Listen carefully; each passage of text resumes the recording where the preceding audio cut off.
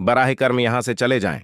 अगर आप यहां रखे रहे तो आपकी वजह से मुझे मजीद जिल्लत बर्दाश्त करनी पड़ेगी। मुझसे अब किसी भी किस्म की उम्मीद मत रखें।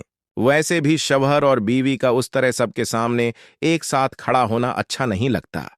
हाँ, मगर जैसा कि मैं हमेशा कहती हूं, उम्र तो बस एक अदद होती है। ये बात शायद आपको ठीक लगती हो, मगर मुझे नहीं। राम, जिस अंदाज से तुम उस घर में रहना चाहते हो, ये तुम्हारी शादी का तहफा है।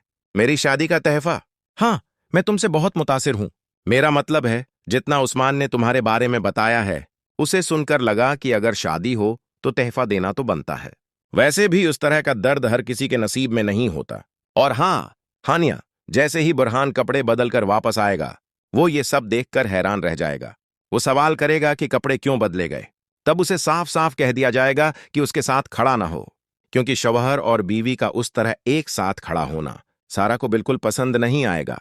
और सारा के खौफ की वजह से बरहान भी खामोशी से अपनी ही बीवी से दूर हो जाएगा। दूसरी तरफ सारा ये देखकर चौंक जाएगी कि उस्मान एक लड़की के साथ बहुत मोहब्बत और अपनायत से पेश आ रहा है। जिस अंदाज में वो लड़की सारा से बात करेगी, सारा को महसूस होगा कि उस्मान जल्द ही उसे प्रपोज करने वाला है। और ये बात किसी हद तक सच भी होगी। लेकिन सारा किसी भी सूरत नहीं चाहती कि ये लड़की उस्मान की जिंदगी में आए, क्योंकि वो अच्छी तरह जान चुकी है कि इस लड़की का आना उसे बहुत भारी कीमत चुकवाने वाला है। इधर दूसरी तरफ नरमीन अदनान को देखकर बेहद खुश होती है।